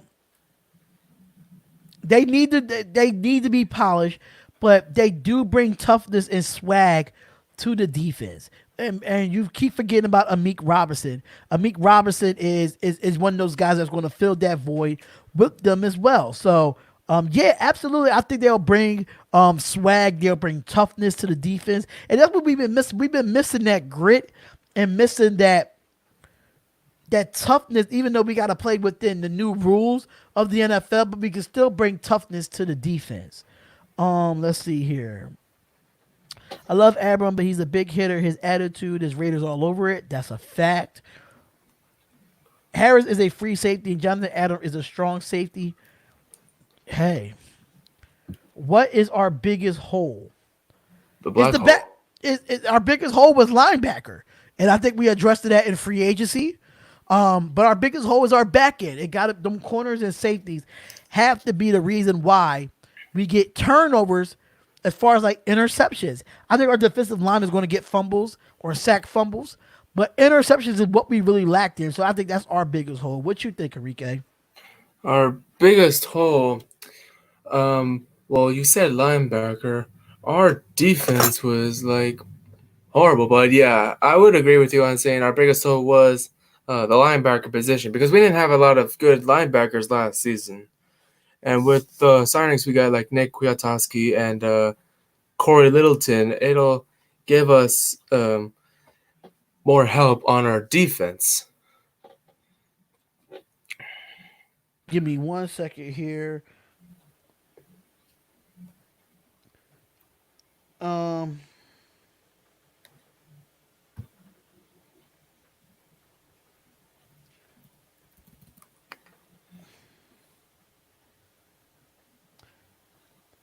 it's the same thing. I know I'm missing the questions, y'all. I'm missing the questions. Um, hey, Reginald Martinez.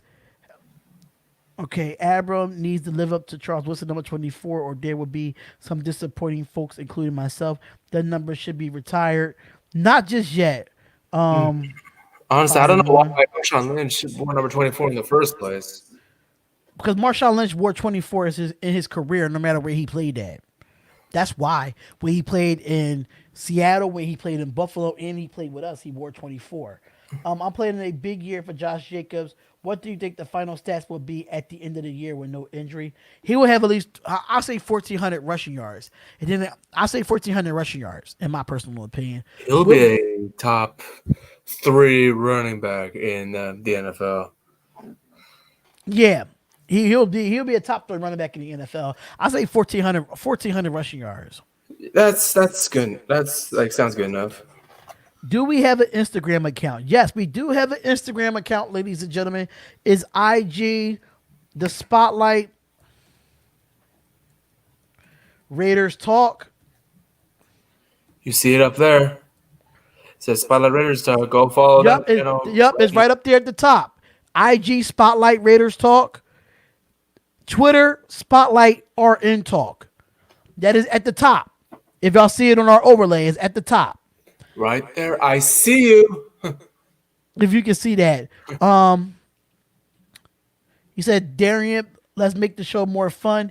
And you guess who wears the face paint in the shoulder pads on game day, etc. Violator. It will be fun. Yeah, I'm thinking about doing a Raiders trivia game night for the Raider Nation. So yeah, absolutely. Derek said our defensive tackles is our biggest hole. I think Malik Collins. I think his name Malik Collins. Yeah, Malik Collins from the Dallas Cowboys. He's going to be definitely a disruptive defensive tackle. I'm not really big on Maurice Hurst, and I'm not really big on PJ Hall. But if we could get him in rotation to help out the defensive line, I think it could be a little bit better. We need a defensive tackle. I think we kind of addressed that. We got some defensive tackles in undrafted free agency too, if I'm not mistaken. You guys are great and run a very tight show. Awesome, big up. Thank you, Vic Bad Guy. Vic Bad Guy, I really got to hit you up. I didn't get a chance to reply back to your phone call, but I'll definitely get back to you. I'm sorry, I spelled that wrong. Hold up. I spelled that wrong. Spotlight Raiders Talk. That's the IG. IG is Spotlight Raiders Talk, y'all. Spotlight Raiders Talk. And that's the same thing for Twitter as well. Same thing for Twitter. But do y'all have any other questions? Any other questions? Sergio, what's going on, Sergio? I see you on here as well. Do y'all have any other questions for us? Because if you don't, then we can definitely go ahead and we can end this live and then go ahead about our business. Sergio said, hello, what did I miss? We did the schedule. We did the schedule of the 2020 NFL season. We did the preseason and the regular season. We talked about how Henry Ruggs could possibly be Offensive Rookie of the Year. It's a possibility. We did the miles. The travel miles, mind you, we are ranked 7th in travel miles this year, up to like 22 or 23,000 miles that we'll be traveling this year. The number one team that'll be traveling the most is the Seattle Seahawks. That'll be the number one team. You guys are definitely great. I appreciate it. Thank you so much. And I like that, I try to come on every single day and give y'all the Raiders news and the Raiders topics. Me and Enrique will be doing this every day. If he's up to it, if he can't make it, then I'll do it by myself as well. if he can't make it, yeah. But thank you so much. Okay, see you later, Salvatore. See you later, man. Make sure you hit the like button. Make sure you follow us on Facebook as well. It's the Spotlight Raiders Talk. You planning to go to any Raiders games in Las Vegas? Hell yes, Enrique. You live in LA already. Yes. It should be no way that you don't go to a Raiders game this year. Oh, if I don't go to a Raiders game, I'll be mad if I don't go to one. knowing that I'm a Raiders fan from the East Coast, you're closer. There's no way you should miss a Raiders. At least you should at least go to at least 3 or 4 Raiders games this year. 3 or 4? Oh, okay. Well, I mean, like go to the ones that doesn't have go to the ones that's not prime time. okay. Because the prime time one might be more expensive. You gotta think about it. Let's pull up that schedule real quick. Because look. But look, LA to Vegas, that's like 3 to 4 hours away. So the primetime games are Saints, Bucks, Chiefs, and Chargers. Plus, you know how expensive the tickets are going to be at Vegas? All right, so I'll say at least 2 games. Okay. I say at least 2 games. All right, 2 games. All right. Now, no doubt, I'll be at the Raider game at LA against the Chargers, no doubt. Okay, against the Chargers. Okay, you'll be at that one. I want to go to the one when they play Denver. It's not a primetime game, but I want to go where they play the damn Donkeys and see that ugly ass orange. Ugly behind orange. Raider Joker said, how many sacks do Pharrell get now that he's healthy and playing in his position? I'm going to let you go. How many sacks? Well, like I said, Clint Farrell has to show up and show out for us. And for sacks, oof. If I say show up, and if he's staying healthy, I would say 10 sacks, maybe 10. That's a big statement. 10 sacks. Yeah. I'll say between. But I have to think about it too. Like, mind you, Max Crosby is going to be getting double teamed because he's going to be like the face of that line after what he produced last year. So, well, he needs to show out that we didn't drop him 4th overall for no reason at all.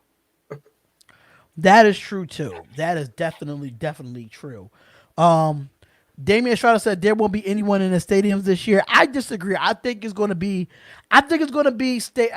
people in the stands. I think so, just because I think they're going to take the precautionary ways to get people in the stands.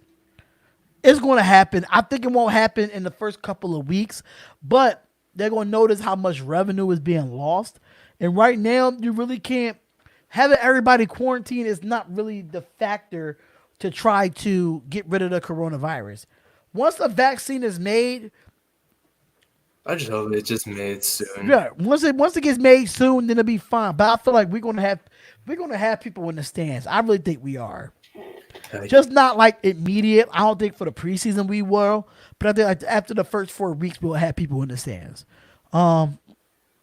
Raider for Life says, I think John Gruden is going to spread the ball out a lot and going to be obvious and use all of our weapons. I know Gruden got a lot of unseen plays. If anyone knows the opposing team's Chucky's NFL insider. I can't be mad at that. I can't be mad at that. He's got to spread the ball out.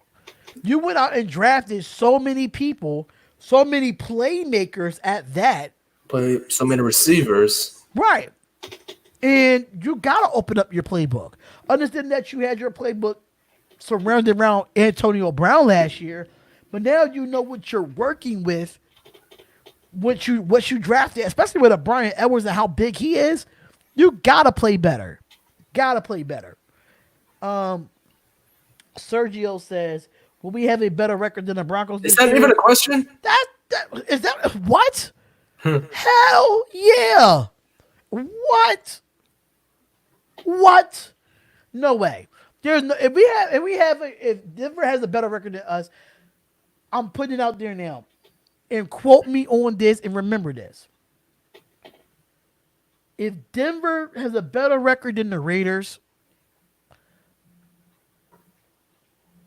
I will come on here and admit that the Broncos has a better record than the Raiders this year. I will come on live and say that the Broncos are a better team if they have a better record than us. Kobe Sports is going to be looking at you saying that. I will say it. I will say it because if just because people say just because they have a better record doesn't mean they are a better team. But We if had we a hard schedule last season. if we stink it up and they have a better record than us, I'm going to be pissed. We all are. Raider Nation, I know you all be pissed if that happens. Oh yes, hell yes, absolutely. Raider Joker said, "How many games do the refs steal from us this year?" Do I really want to get into this? Do I? I'm gonna keep this comment up here. Look, look. You know how bad that last game was last season, where the refs robbed us on that game last season. Man, it was one of the worst things I ever seen. How many times we got robbed year after year after year after year. I'm sick of it. The refs just need to treat us right. Period. They need to treat us right because we keep getting robbed after year after year after year, and I'm sick of it, man. At least it's not the NFC Championship game. That was the worst. 805 Raider, it ain't happening. The refs do us wrong all the time. It never fails. It never fails, the Raider Joker. Derek said the refs do us wrong all the time. 805 Raider said we got a great schedule. Going to steal one from KC, sweep the rest of the division. Oh, I like that prediction. If we got listen, I'll be satisfied. I'll be satisfied if we get one from KC. One. Give me one. If we're gonna take down the Chiefs once, it'll be at Vegas. Yes. I'll let it be in Vegas. I'll be excited. I'll be excited because mind you, if It's I'm the not Sunday Night Football game too. Don't forget that. right, and just to let y'all know on this channel, if I'm not at the game, I'll be doing live play-by-play and reactions of the game on this channel. All right. So Raider Nation, get ready. Get ready for the live play-by-play and reactions for that. Is it true that Derek Carr got to pick his receivers? From what I hear, our receivers are pretty much Carr selected. Want speed, and I agree. Williams is our number one. Ruggs is our number two. From what I read in the article, he did do film study on Henry Ruggs and Brian Edwards, and he compared Brian Edwards to Anquan Bolden and Larry Fitzgerald. After he watched the tape, he said that he's not going to be Anquan Bolden and Larry Fitzgerald right now, but he can have a career like Larry Fitzgerald and Anquan Bolden. I could definitely see Tyrell Williams being number one, and he got to stay healthy. Got to stay healthy, and Ruggs being our number two, Renfro being our number three. But it's going to be some instance where it's going to have some sub packages where you have Williams not out there, but you have Brian Edwards in there. But what's your take on this, Enrique? And you got to remember, Henry Ruggs, he wasn't the number one option for Alabama. It was Jerry Jeudy all along. And so Ruggs, he's going to be in a very high pressure on how many times he's going to get the ball passed to him. That's a fact. That is a fact. Sergio says playoff this year's let's go. When they took our touchdown away from us against the Donkeys, oh my God, I'm gonna scream through the screen when I seen that. I wanted to scream. Oh my God, I wanted to scream. I was like, "Are you freaking kidding me?" Oh, you know how I get in reactions. How I get on the live reaction. I saw the live stream. I know how you felt. It was even when we was getting blown out by Casey and KC, I ended the stream. I was not streaming the rest of that game. I ended it. It was the worst game, and that was the worst game the Raiders played all year. The Chiefs or the Jets? The Chiefs. It was the Chiefs versus Raiders in Kansas City, and we were getting blown out last year. I ended the stream. I ended it. It was an embarrassment. When Williams was healthy, he was great. Need those feet to be okay for him to stay number one. Ruggs has a chance to take that from him. Yes, like he does. Is going to take that away from him. I honestly see that. But I feel like Brian Edwards might take that from him because Brian Edwards is a big guy. He reminds me of a Michael Crabtree and an Anquan Bolden put together. When it comes Well, to that, when it comes to that red zone per se, that red zone catches, he reminds me of Michael Crabtree. But Brian Edwards can take hits across the middle. That's what makes me remind him of Anquan Bolden. I could see that. I could see that. Oh, sorry, but I don't see the fans showing up in stadiums at all. It would be hard to fill up stadiums that isn't a cure, especially now these murder hornets from Asia. I don't know what the hell's going on with the murder. I don't know what's going on with that. I don't want to get into that, but I feel like I haven't heard no real news on that the Hornets or anything of the murder Hornets. I didn't see nothing on that. I think Brian Edwards is the time will be our best receiver. He's a big receiver. Mullins pick at KC. Yeah, he had a good pick, but it was just we was getting blown out at the time. We was getting blown out. Also, we need a big back, a solid back like a Derrick Henry will be awesome. Now, I wanted to go for AJ Dillon from Boston College, but he was already picked up. He was picked up in the second round, Yeah. second or third round, where we couldn't even trade up to go get him. So it was kind of tough. Cam Akers was off the board by the time we got to our pick. It was a lot of running backs off the board. So we don't know. We got to see what it looks like in undrafted free agency or other people on that 53 man roster as well. What do you think about Booker? I'm gonna let you take this one. Devontae Booker is signed with the Las Vegas Raiders. A lot of Broncos fans gonna be laughing at us because they think it was a horrible pickup for us. Honestly, like everyone should know this. He would be a good backup running back for Josh Jacobs. Yeah, but you gotta think about it. There's a few other running backs that we have as well. We still got Jalen Richard, but he's one. I think Jalen Richard is going to be more of that third down back, change of pace type of guy where you could catch the ball at the backfield. I think Devontae Booker can be the second string running back, but I think he's not going to beat Jalen Richard out for it. But it gives us depth at the position. We didn't have no depth at the position at all. That's what I was going to say because you don't know when our running backs will get hurt because our running backs will most likely get tackled around the pack, around our opponents. So, yeah, I like this signing. It'll give us depth in the running back position. Yeah, so I do like the signing too. I do like the signing of Devontae Booker. They keep saying that he didn't do nothing for the Broncos. I just feel like he didn't fit the scheme.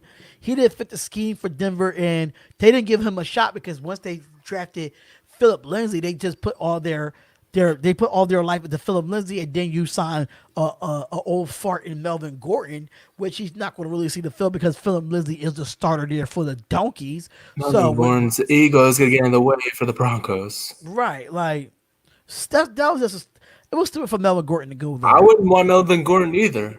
Right. Edwards tape is raw. OBJ catches and he lays the wood. Yes, he does. The guy does not scared to get tackled. He's not scared to take a hit. The guy is big and he's not afraid at all.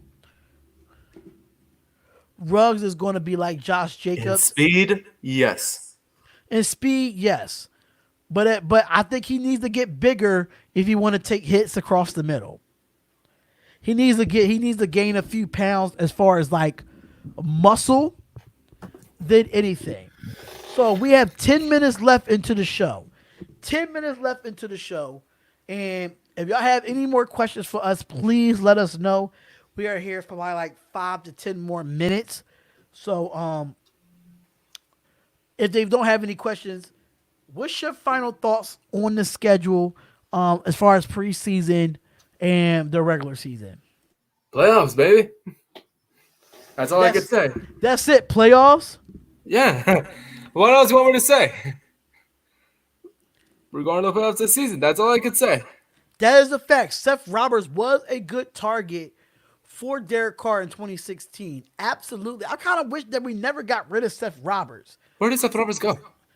He's in Baltimore for last from what I remember. Oh shoot. Last time I remember, he was in Baltimore, and we should have never got. Honestly, I think we should have never got rid of Crabtree, and we should never got rid of Roberts. That was the wide receivers for Derek Carr. That's what made him successful. But it's a business. At the end of the day, it's a business. Now, But speaking of receivers, let me ask you this. what's Looking up? at how many receivers we drafted, don't you think we're going to cut receivers? Like, do you think we're going to cut receivers like, for example, Nelson Aguilar? Because in my opinion, he's the worst receiver we have available. I think we're not going to cut Nelson Aguilar because, mind you, he's on a 1 year deal and he's not even making $1 million with this 1 year deal. He's going to be our speedster when it comes to kick returns and punt returns. He's going to be a special teams guy. I Okay. think we keep Zay Jones. We got if anybody have not go, Enrique, I advise you to go to Watch Raiders YouTube and look at the breakdown of of Zay Jones. Watch Raider put up there when he played for the Bills and when he played for us. And when I tell you Zay Jones can be a target in this offense with yards after the catch, we just got to give Zay Jones a shot. Man, we have so many receivers available for Derek Carr. Right, we gotta give Zay Jones a shot, and I feel like John Gruden really lacked on getting Zay Jones a shot. Understanding that we got him in a trade, and it was late, but the tape does not lie for Watts Raider. The tape does not lie. The guy can catch the ball, get yards after the catch. Yes, Watts' tape was dope. Yes, it was. Like, we only gave up a fifth-round pick for this guy, Zay Jones.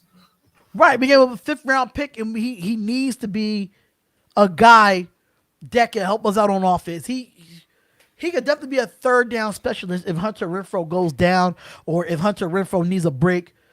Give that guy a shot. We just like Watts Raider told me that he only had he couldn't find a lot of plays from him playing with the Raiders last year. You couldn't find many plays of him. Derek says if Antonio Brown would have been okay, we would have made the playoffs. I think our season would have been different if you made the playoffs, but it was so. I think that this is why I I would think not keep his ego on this team. right, and I feel as though we come in with a new slate, with a new stadium, and less distractions. We had so many distractions last year that screwed us. So I feel like we'll be fine this year, knowing it's not even no distractions. Sergio said we are now in win mode. We got this year and next year before we had to renew some of the free agent contracts. That is a fact. That is a fact. We gotta start winning now for these players to stay. These games, this season, this is a chance for our young guys to produce, and if they produce well enough, next season we could become title contenders. Next season.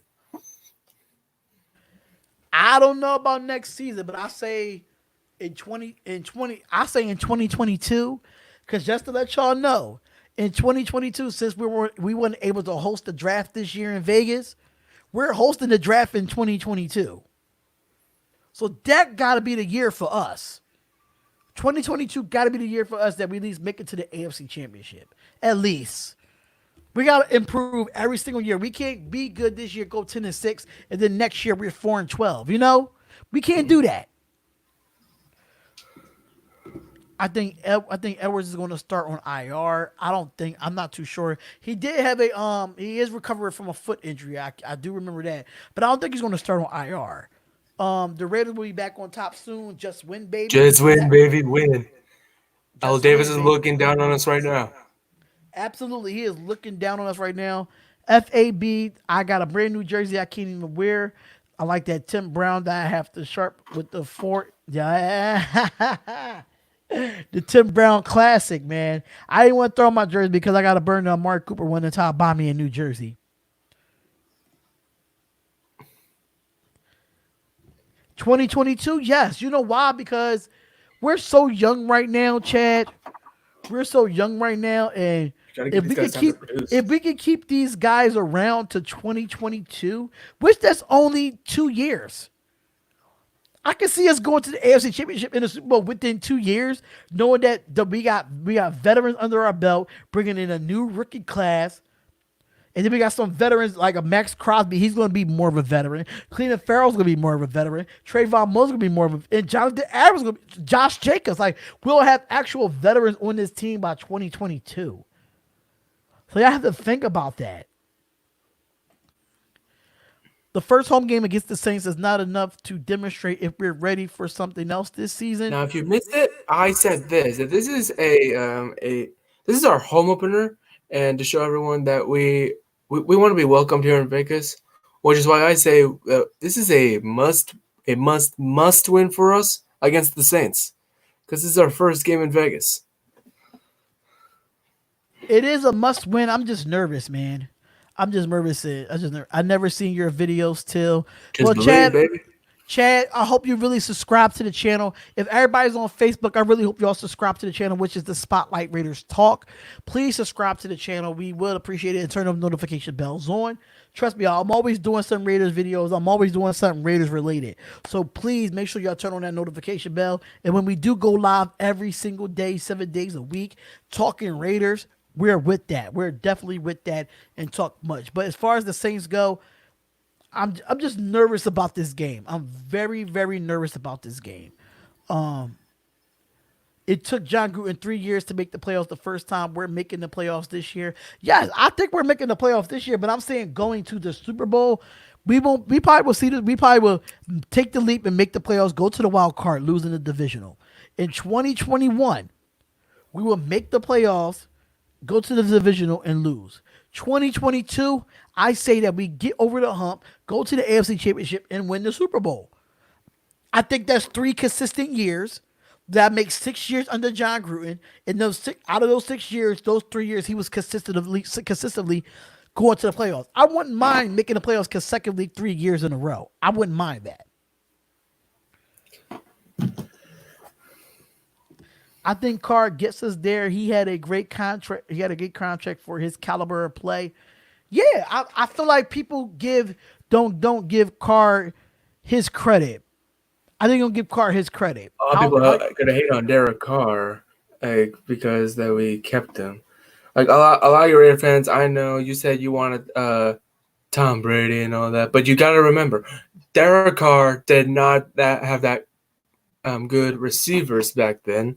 Like his only good season where he was pretty good is in 2016, where he had receivers like Sam Roberts and Michael Crabtree. Then the following seasons, he was doing pretty bad because we didn't have good receivers. Now this season, Derek Carr, he has all these options, like Ruggs, Bowden, Edwards, Williams. He's got all these options, and he'll be ready to go. Okay, Chad, you said, okay, so what you mean 22 is the worst case scenario. We need results this season. I'll keep putting out the bids. Thank you so much, Chad. But Chad, I'm saying that when it comes to this year, we're going to make the playoffs, making the playoffs this year and winning the wild card and losing in the divisional is a success of a year for the Raiders. I would consider it success because we haven't been to the playoffs since 2016. That's 4 years ago. So I can see that happening. Worst case scenario, the Raiders, honestly, not even worst case, the best case scenario to keep improving every single year. And the more that we improve, the Super Bowls will come. That's just what that is. If the refs let us, we'll be dangerous for the league.